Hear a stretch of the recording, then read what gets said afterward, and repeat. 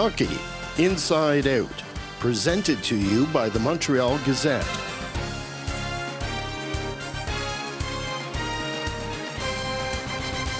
Welcome to the Hockey Inside Out Show. I'm Montreal Gazette sports editor Stu Cowan, joined this week by Chris Nyland, Christopher Curtis of the Gazette, and Ted Bird of Sportsnet and the new Montreal radio station, the Jewel 106.7. The big trade this week, Chris, we have Jiri Sekac going to Anaheim for Devante Smith-Pelly. Your thoughts? Good trade, bad trade?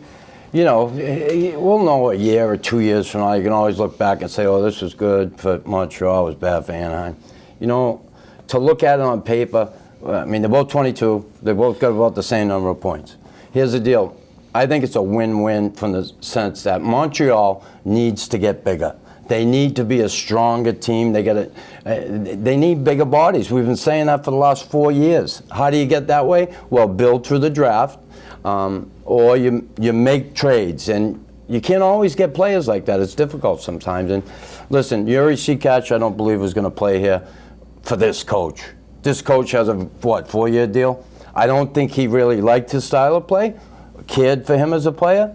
And whether Marc Bergevin brought him here or not, he must have convinced Marc that, listen, and maybe Marc was convinced himself that this was the way to go. And again, this team has to be bigger. I believe this kid is one of the pieces you need to win in 7-game series in the playoffs. One of these kids that will go to the net, he'll be able to plant himself in front of the net, be strong, body checks, all those things. And again, yeah, can Sekac score goals?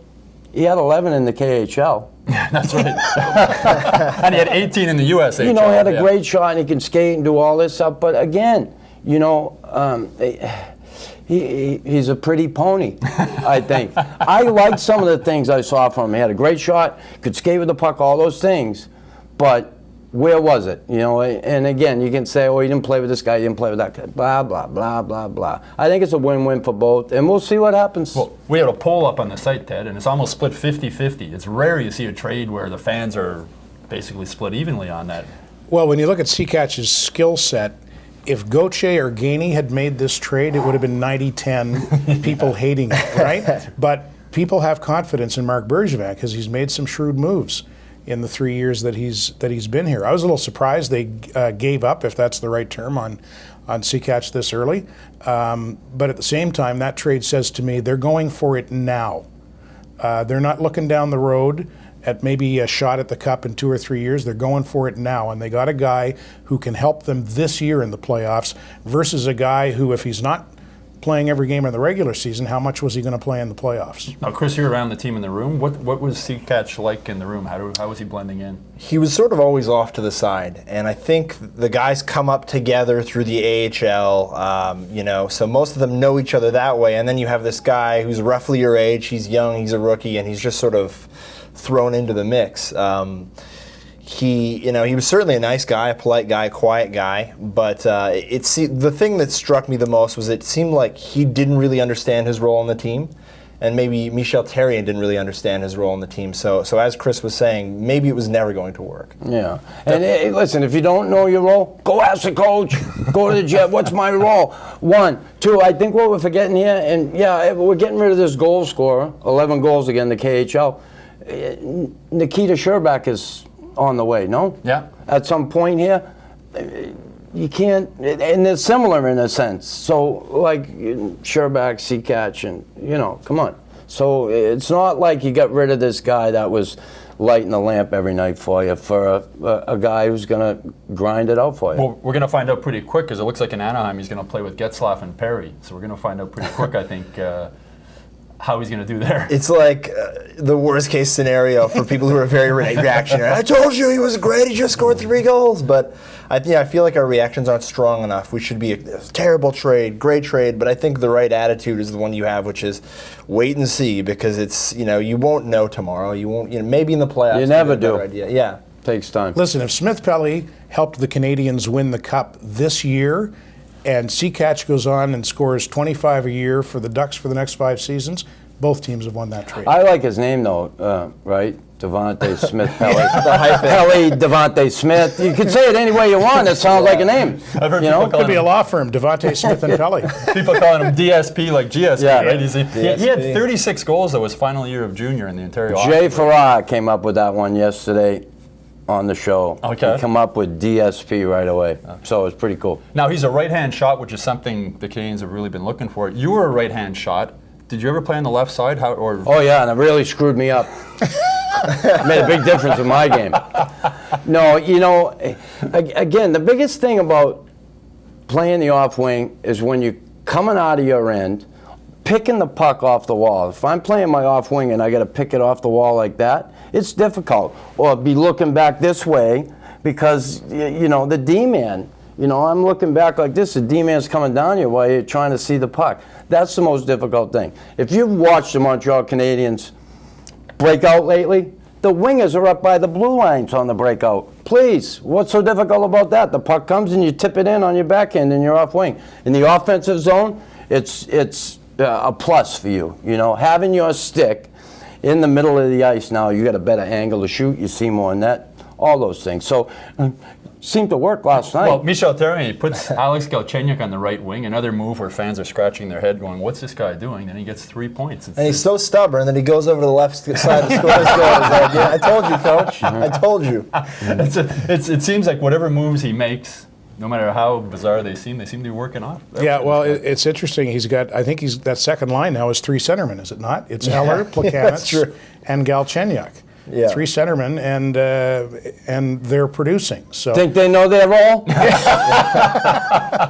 We'll be right back after a short break.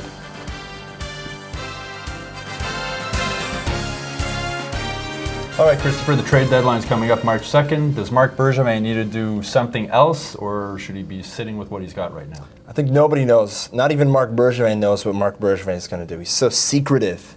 I think the idea was they're going to go and get a defenseman. But you look at the 3 young guys and how they've been playing these last few games, and you think, do they really need to? Do they really need to give something up? So I think maybe, but only if the price is right. Do you see him sticking with the young defense? Would you go get a veteran if you were the GM? Would you get a veteran I'd go defenseman? get Roman Polak.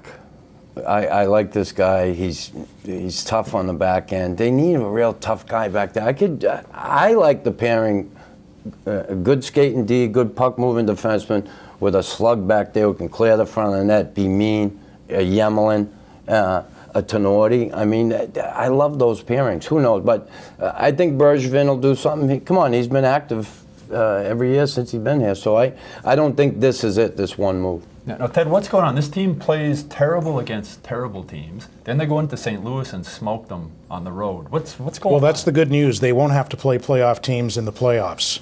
They'll only have to play the good teams because they get beat at home by the Floridas and the Arizonas of this world. Then they go, what have they done in the last few weeks? They went into New York and beat the Rangers. They went into Boston and beat the Bruins. They went into St. Louis and beat the Blues. I'm a lot more comfortable with them losing to crap teams at home and beating good teams on the road than I would be vice versa. Because as Chris has pointed out before, come playoff time, everybody's intensity level is going to be where it needs to be. Well, it seems like they're a team that when they need to prove something to themselves and when they need to prove something to everybody, they do. They show up.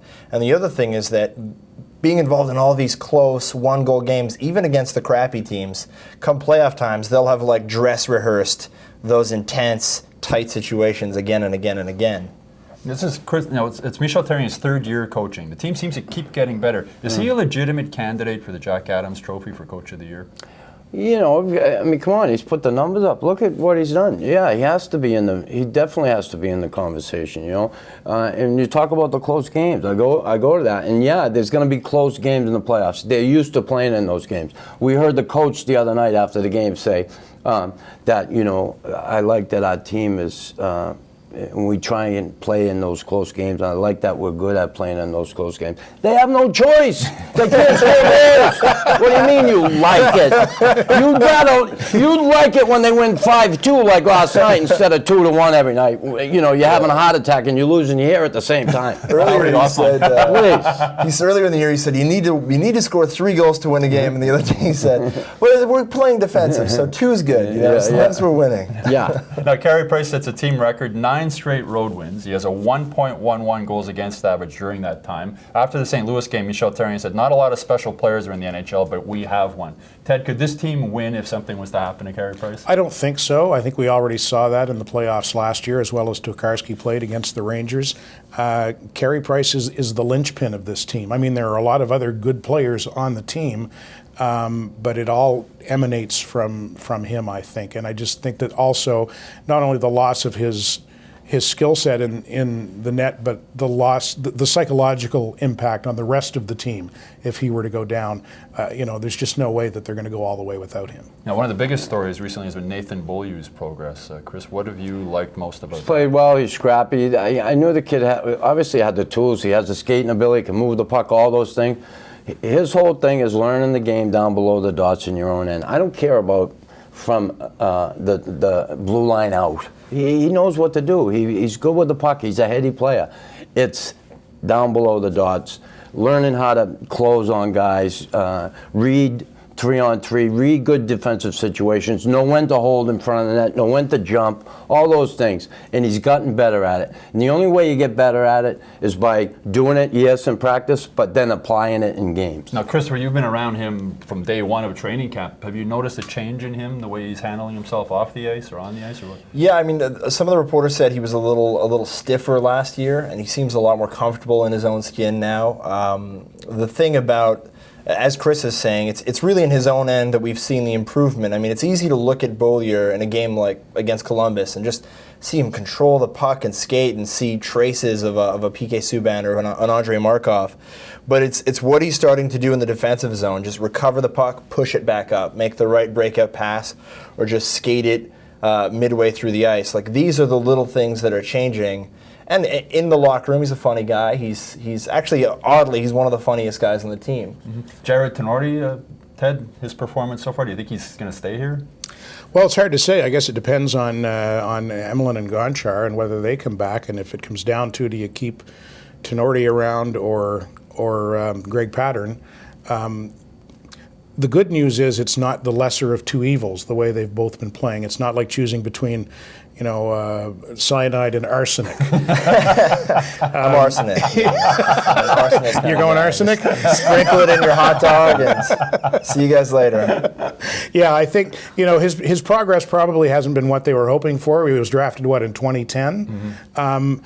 But he's coming along. I find that it's coming, and he's not scary out there. Like, I find that him and Pattern have both been competent. His skating looks better. Well, yeah. What is scary is when he drops the gloves, Chris. I don't know. Every there's time that. he fights now, I'm sort of doing this.